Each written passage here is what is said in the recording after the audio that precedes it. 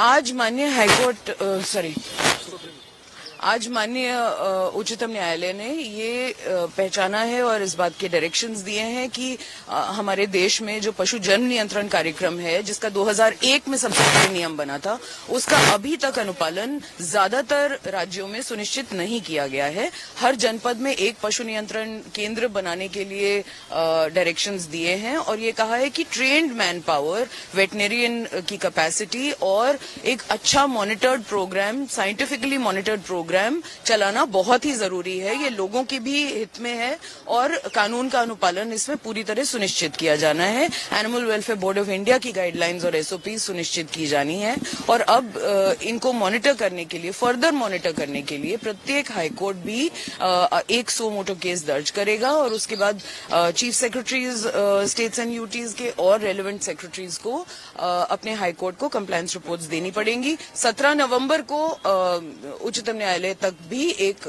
Compliance report जमा की जानी है। फेलियर की बात की गई है कि अथॉरिटीज फेल हुए इम्प्लीमेंट करने को, उस पर आपका क्या कहना है? क्या इम्प्लीमेंट हो सकता है? कितने रिसोर्सेज हैं, विल पावर है? ये बात सच है कि अभी तक बजट की अनुपलब्धता के कारण, ट्रेन मैन पावर की अनुपलब्धता के कारण और सिंपली बिकॉज ये कुत्ते थे तो किसी ने ज्यादा बॉदर नहीं किया, इस इम्प्लीमेंटेशन को अभी तक हमने अच्छे से होते हुए ज्यादातर प्रदेशों में नहीं देखा था और ये उम्मीद की जाती है कि उच्चतम न्यायालय के आदेश के बाद अब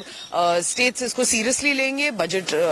का प्रावधान करेंगे, मैन पावर का प्रावधान करेंगे, इंफ्रास्ट्रक्चर का प्रावधान करेंगे और एनिमल बर्थ कंट्रोल रूल्स को सकुशल किया जा सकेगा। कर्मचारी जाते थे, टकराव ना हो तो उनको संरक्षण भी कोर्ट ने यहाँ पर दिया है।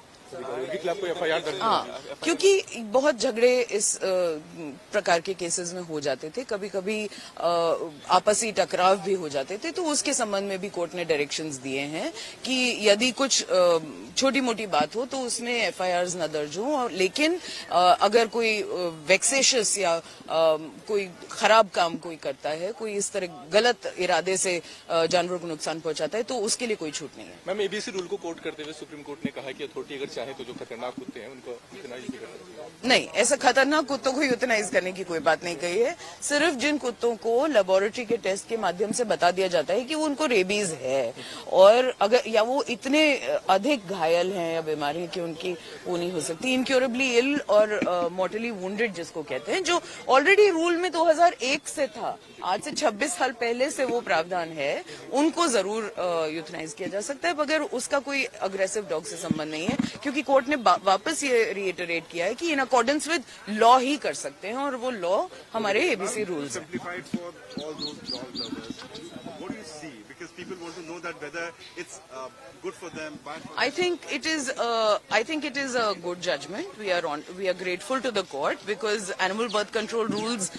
which are the most important scientific set of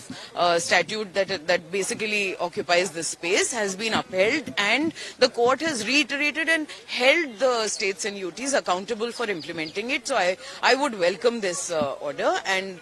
encourage all the people working with the states and UTs to continue to build capacity for better animal birth control programs.